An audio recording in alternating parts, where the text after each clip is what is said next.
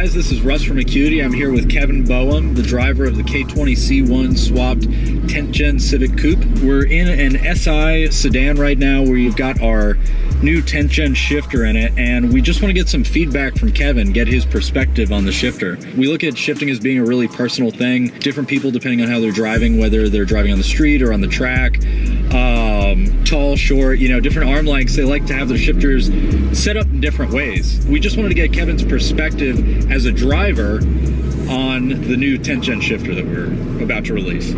Yeah, so this is my first time driving the drop-in shifter, and it's definitely a huge leap leap forward over all the upgrades that I've been running in my car this whole 2018 season, which included the short throw rocker and the short extension and the shifter bushings. All of those parts, I've gotten really used to those, and I in my mind I was already wondering, like, how is it really going to get much better than this? It was already super short and precise, but this is definitely a huge step forward with just an improvement in precision. I don't have to like imagine where I need to put the shifter to go. It just, I think third gear it goes. Like it just gives me what I want.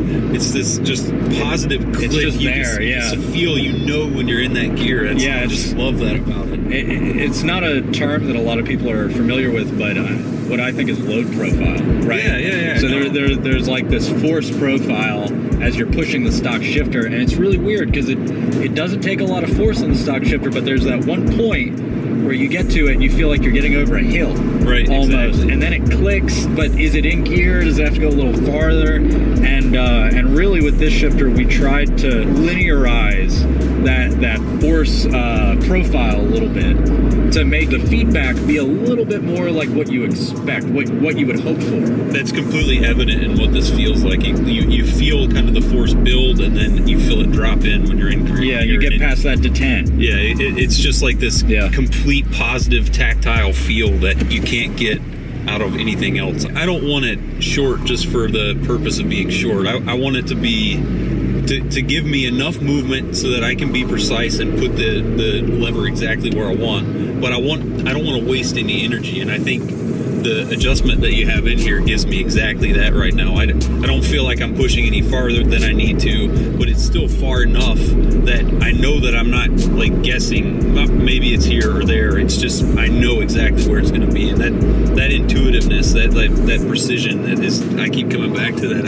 I love it about this shifter in there. Are you excited to have it in your car? Oh, I can't wait for this. Honestly, this is even better than I expected. Really? Awesome. I'm impressed.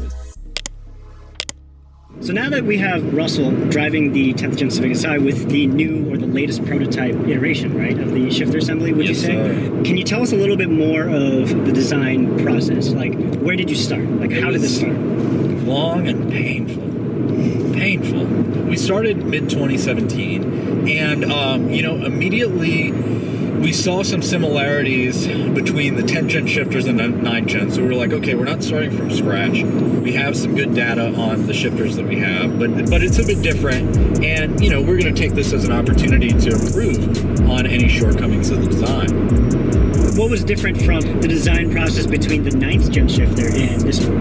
The design process was very similar, except the testing we did was more abusive and we did more of it. I actually was driving the car every day with prototypes, and we were making changes and we were making tweaks, and I was driving the car without a console in it, so I might hear a little noise or something like that. What's that noise? Do I want to change that? Can I change this bushing to get rid of this? The throw was short, but we wanted to make it a little bit shorter. Do we need a little bit more range on gauge spacing? There's just so many elements that you can look into, because you have a performance aspect, which is essential. You have the NVH NVH aspect, noise, vibration, harshness, which is a really big part of production car design. And it's something that we try to consider in ACUITY parts, because I think that it gets overlooked too often. So we spent time saying, like, how do we keep this thing quiet while we're still avoiding play? Because what you find with a lot of aftermarket shifters is, you know, they squeak or there's just little annoying noises and things like that. So I was just driving with the shifter every day, being incredibly critical of it. We retrofitted our test rig to have hydraulic load cells to simulate the loads that we wanted to put through the shifter so we wouldn't go through transmissions quite as much. We broke more parts designing the 10th gen shifter trying to find the weak points than anything that I've worked on before, just because it was so important to us that we released the best shifter when we dropped the product. We didn't want to do any tweaking to it, anything. We wanted it to just be done and as close to perfect as we could possibly get it.